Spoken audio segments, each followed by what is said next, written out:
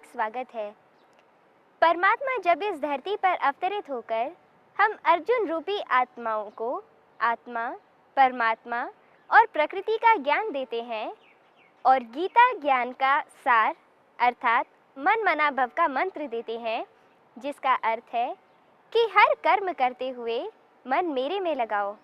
तो हम हर कर्म करते हुए अपना मन परमात्मा में कैसे लगा सकते हैं? श्रीमद् भगवत गीता एक ऐसा अमृत है जिससे मनुष्य जीवन के अंदर छुपा हुआ सारा विकारों का विष सहज ही बाहर निकल जाता है। जीवन निर्मल हो जाता है, पवित्र हो जाता है। गीता तो एक ऐसा सुंदर शास्त्र है, ऐसी छोटी सी पुस्तिका, गागर में मानो सागर भर दिया है। जो पन्ना खोलो ज्ञान के हीरे रतन मोती चमकते हुए दिखाई देते हैं। परंतु आश्चर्य कि हमारे भारत में ऐसे सुंदर ज्ञान के भंडार को लोग न जानते, न पढ़ते, न देखते। करोड़ों लोगों ने तो कभी गीता देखी नहीं, उसके अमृत वचन श्रवण भी नहीं किए। अपने भाग्य का द्वार खोलने के लिए आओ, गीता को खोलें। अंतिम अध्याय के अंतिम चरण में भगवान कह रहे हैं, हे अर्जुन, तू अपने सभी कर्म मुझ में अर्पित करता हुआ निरंतर मेरे ही स्वरूप में स्थित हो जा। तो मेरी कृपा से तू उस परम पद को प्राप्त कर लेगा, तू सभी संकटों से मुक्त हो जाएगा। भगवान कह रहे हैं, तो केवल एक ही भाव से मुझ में ही स्थित हो जा, संभाव धारण कर ले। दो चीजें हैं, संभाव धारण कर ले, एक ही भाव से मुझ में स्थित हो जा। तो मैं प्रतिज्ञा करता हूं कि मैं तुझे सभी पापों से मुक्त कर दूंगा। इन दोनों बातों पर हम चर्चा करेंगे।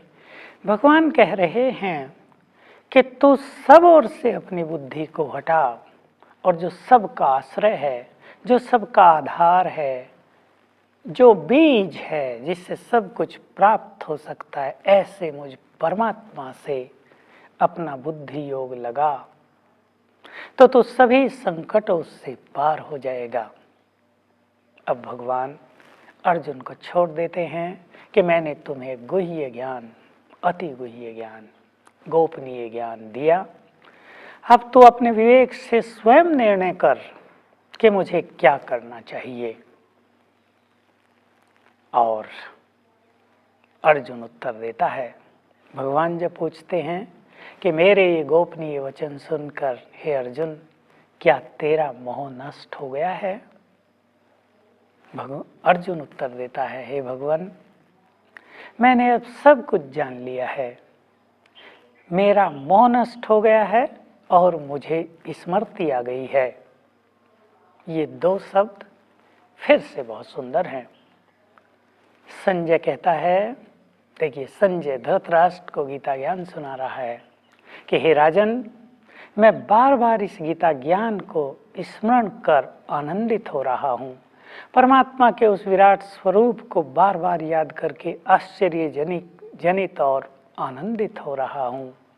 और अपना मत भी सुना देता है, हे राजन, जिधर गांडीवधारी अर्जुन है और जिधर भगवान है, जिधर धर्म है विजय श्री नीति उधर ही होगी।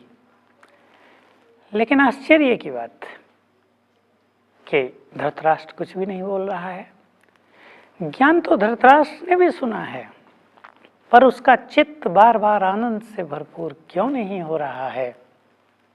क्योंकि वो मोह की काली पट्टी आंखों पर बांधे हुए है। आंख तो उसको है ही नहीं, उस पर भी मोह की काली पट्टी बन गई है। जैसे गांधारी ने काली पट्टी बांध ली थी, वैसे ही धृतराष्ट्र ने भी बांध ली है।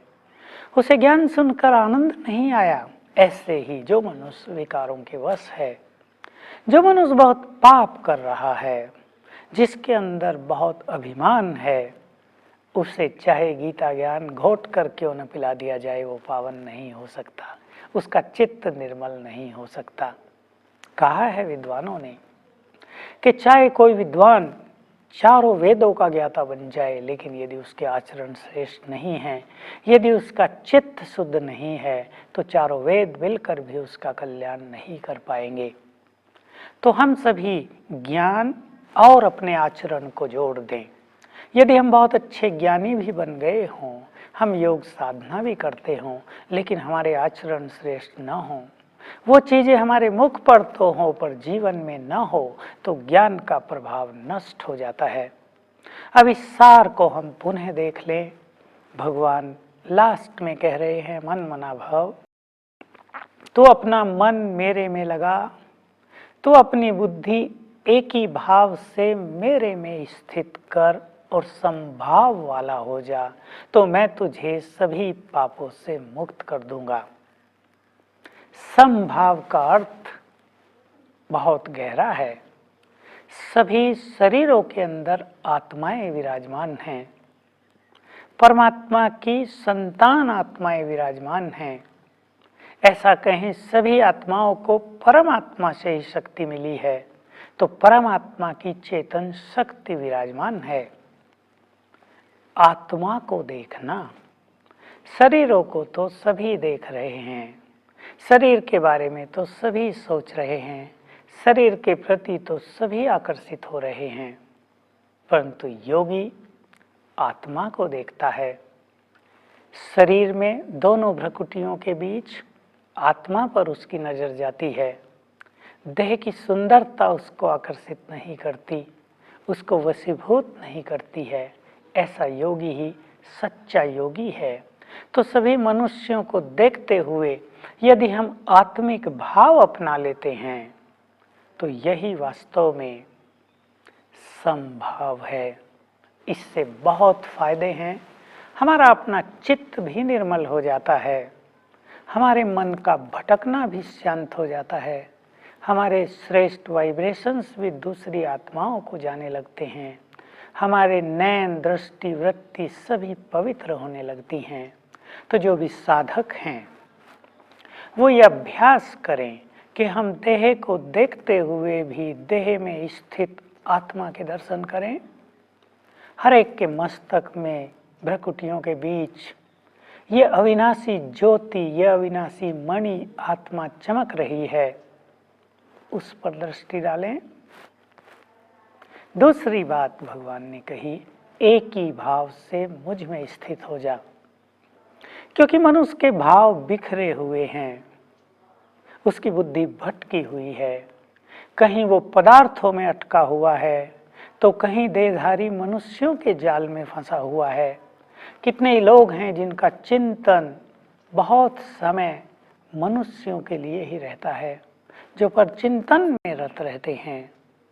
किसी के जीवन में कोई चिंता उसे खा रही है, किसी के जीवन में कोई संस्कार उसको परेशान कर रहा है, किसी के जीवन में कोई मनुष्य आ गया है जो उसको दुखी कर रहा है। परमात्मा कहते हैं, तुम ये देह और देह के सभी संबंध भूलकर केवल एक मेरे स्वरूप में स्थित हो जाओ। अर्थात मन के आकर्षणों को चारों ओर से हटाकर केवल मन को मुझ में लगाओ। ये है एक ही भाव से परमात्मा में स्थित हो जाना। और जब कोई योगी परमात्मा के स्वरूप में स्थित हो जाता है, तब सचमुच वो सभी पापों से मुक्त होने लगता है। ये योग ही एक अग्नि है जो सभी पापों को जलाकर भस्म कर देती है। परंतु इस योग अग्नि को जलाना तो हमें ही पड़ेगा। कैसे योग अग्नि पापों को नष्ट करेगी? पाप तो सूक्ष्म रूप से अंतर मन में समाये रहते हैं। पाप का लेप छेप आत्मा पर रहता है, आत्मा ने लेप नहीं रहती। तभी तो आत्मा काली हो गई, मैली हो गई। तभी तो किसी को पाप आत्मा कहा जाता है, तो किसी को पुण्य आत्मा, तो किसी को देव आत्मा, तो किसी को धर्मात्मा, तो किसी को परमात्मा। क्योंकि सब चीजों का प्रभाव अंततः आत्मा पर ही जाता है। मन पर पड़ता है, बुद्धि पर पड़ता है, शरीर पर पड़ता है, और फिर सबका प्रभाव सूक्ष्म रूप लेकर आत्मा में समाता रहता है। यही गति है।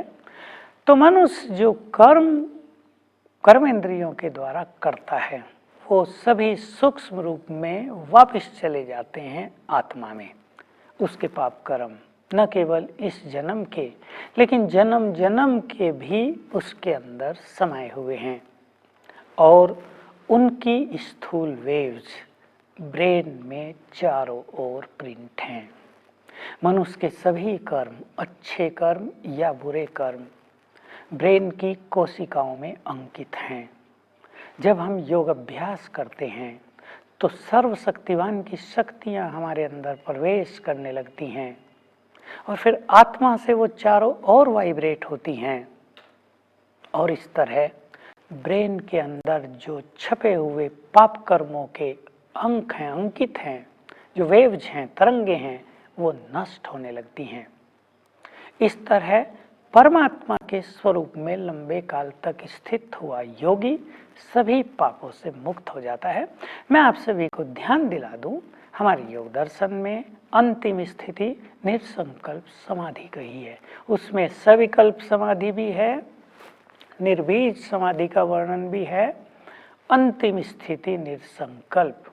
लेकिन हम जोड़ दें यहाँ परमात्मा के स्वरूप में स्थित होकर निर्संकल्प होना। कहीं भी बुद्धि को स्थित करके निर्संकल्प होने से पाप नष्ट नहीं होंगे, क्योंकि यदि कहीं भी अन्यत्र कहीं भी हम अपनी बुद्धि को स्थिर करेंगे तो उनसे हमें शक्तियां प्राप्त नहीं होंगी, क्योंकि शक्तियों का स्रोत सुप्रीम सोर्स ऑफ एनर्जी सर्वशक्तिवान परमात्मा ही है। उसके स्वरूप पर जब हम बुद्धि और मन को स्थिर करेंगे तो उसकी शक्तियां हम में प्रवेश करेंगी और उसकी शक्तियां अग्नि का काम करके जन्म जन्म के पाप कर्मों को और विकारों को नष्ट करेंगी। तो अर्जुन के साथ हम सबको भी ये संदेश है कि हम योग युक्त होकर पाप के बोझ को समाप्त कर यहीं पर मुक्त अवस्था का अनुभव करने लगे। अर्जुन ने कहा, हे भगवान, मेरा मोह नष्ट हो गया है, मुझे स्मृति आ गई है। बहुत बड़ी चीज है। इतना बड़ा गीता ज्ञान सुनकर भी यदि मोह नष्ट न होता तो भला गीता ज्ञान का महत्व ही क्या रह जाता। कौन सी स्मृति आ गई? स्मृति स्वरूप नष्टो मोहा, स्मृति लब्धा नष्टो मोहा, ये दो शब्द इस अंतिम श्लोक में आ गए हैं। कैसे अर्जुन का मोह नष्ट हुआ और कैसे हमारा मोह नष्ट होगा। अर्जुन का मोह नष्ट हो गया और हमारे अंदर मोह रह जाए, उससे हमें कोई फायदा नहीं होगा। अर्जुन ने जब देखा कि सभी लोग काल के गाल में प्रवेश कर रहे हैं, सभी की मृत्यु निश्चित है, तो मोह ढीला पड़ने लगा।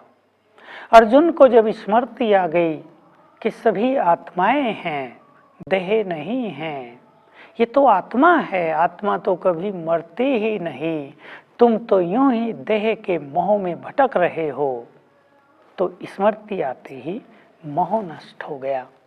स्मृति ही मोह को समाप्त करती है। हम सब भी स्मृति स्वरूप हो जाएं। पहली स्मृति है, मैं आत्मा हूँ, इस शरीर की मालिक हूँ, इस शरीर से न्यारी हूँ, मैंने इस शरीर में प्रवेश किया है, मैं चमकती हुई ज्योति भ्रकुटियों के बीच विराजमान हूँ। अपने चेतन स्वरूप को देखने लगे, आप डिटैच होने लगेंगे। शरीर से डिटैच होते ही चारों ओर के वातावरण से भी डिटैच हो जाएंगे, उसका कोई प्रभाव आप पर नहीं पड़ेगा। साथ ही साथ आपके चारों ओर जो मनुष्य हैं, ये संसार है, इसके प्रभाव से भी आप अलिप्त रहने लगेंगे। ऐसा डिटैचमेंट आपके अंदर आ जाएगा और ये साधनाओं की सर्वश्रेष्ठ स्थिति है। हम स्मृति में आ जाएं, हम भगवान के बच्चे हैं, अनेक महानताएं हमारे जीवन में आ जाएंगी। हम इस स्मृति में स्थित हो जाएं कि ये समय अब महाविनाश का है और भगवान जो महाकाल है वो सभी आत्माओं को वापस ले जाने के लिए आया हुआ है। तो हमारी मोह ममता इस संसार से, मनुष्यों से, धन संपत्ति से, पदार्थ से, संबंधों से ढीली होने लगेगी। तो मोह को छोड़ना बहुत आवश्यक है। साथ ही साथ भगवान हमें एक चीज और कह रहे हैं अर्जुन के माध्यम से कि हे अर्जुन, जो मेरे इस सत्य ज्ञान को सुनेगा वो मानो मुझ में ही स्थित रहेगा और ऐसा मनुष्य मुझे अत्यंत प्रिय होगा। जो मनुष्य मेरा ये ज्ञान मेरी सभी आत्माओं को देगा वो मुझे अत्यंत प्रिय होगा। उससे ज्यादा प्रिय और कोई नहीं होगा। मैं उसको सबसे ज्यादा चाहूंगा। ये ज्ञान अविनाशी है जो सभी मनुष्यों के लिए है, सभी धर्मों के लिए है।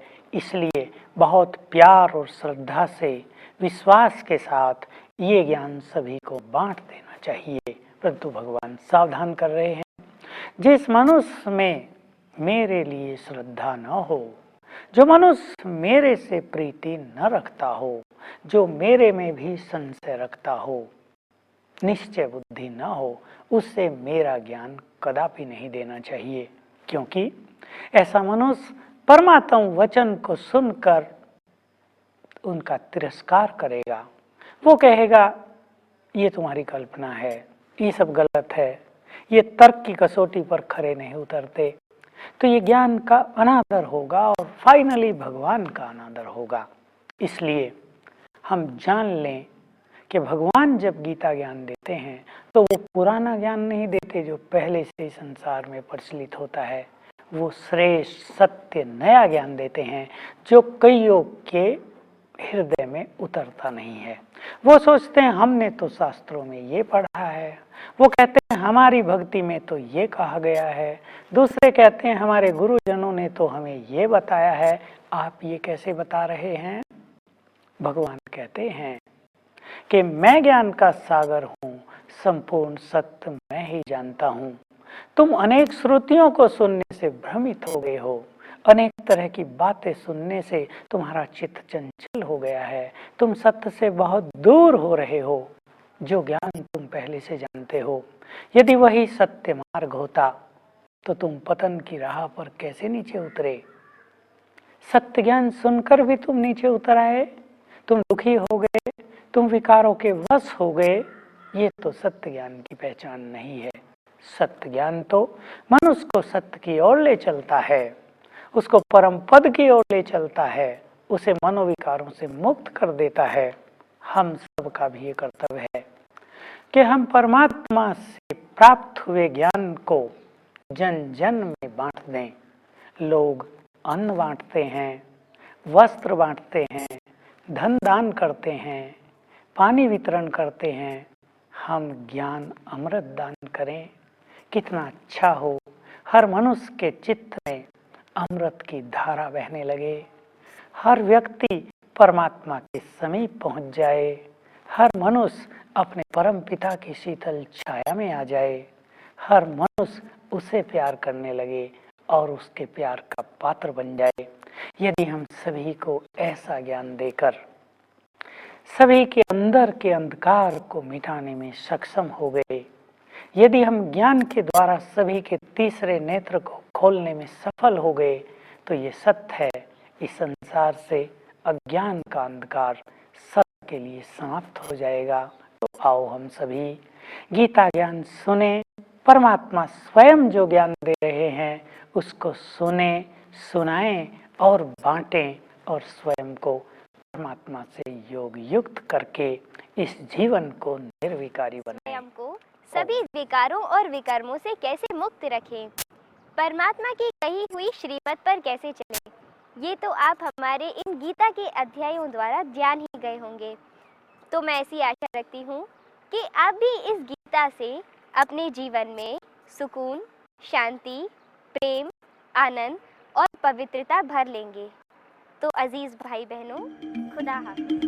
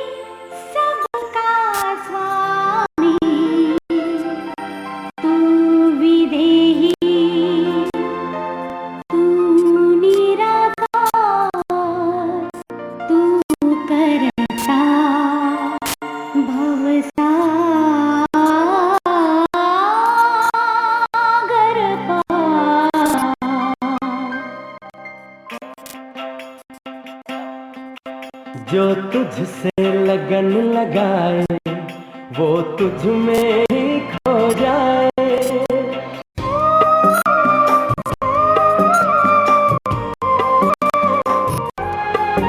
जो तुझसे लगन लगाए वो तुझ में ही खो जाए। जो तुझसे योग लगाए वो परमानंद को पाए।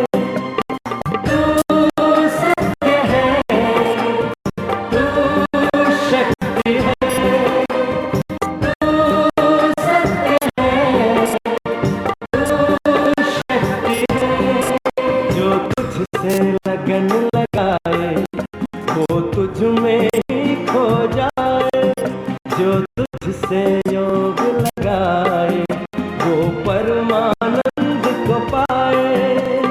तू सत्य है, तू शक्ति है, तू सत्य है, तू शक्ति है।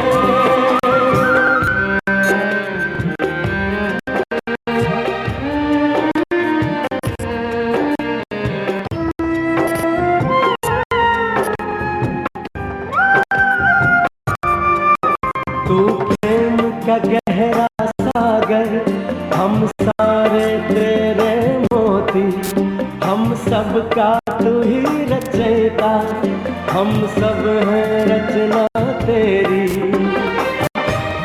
तू सोमनाथ, तू शक्तिमान, तू देता अज्ञानी को ज्ञान। जो तुझसे लगन लगाए बिन मांगे सब पा जाए। जो तुझसे योग लगाए वो परमानंद को पाए। तू सत्य है, तू शक्ति है, तू सत्य है, तू शक्ति है।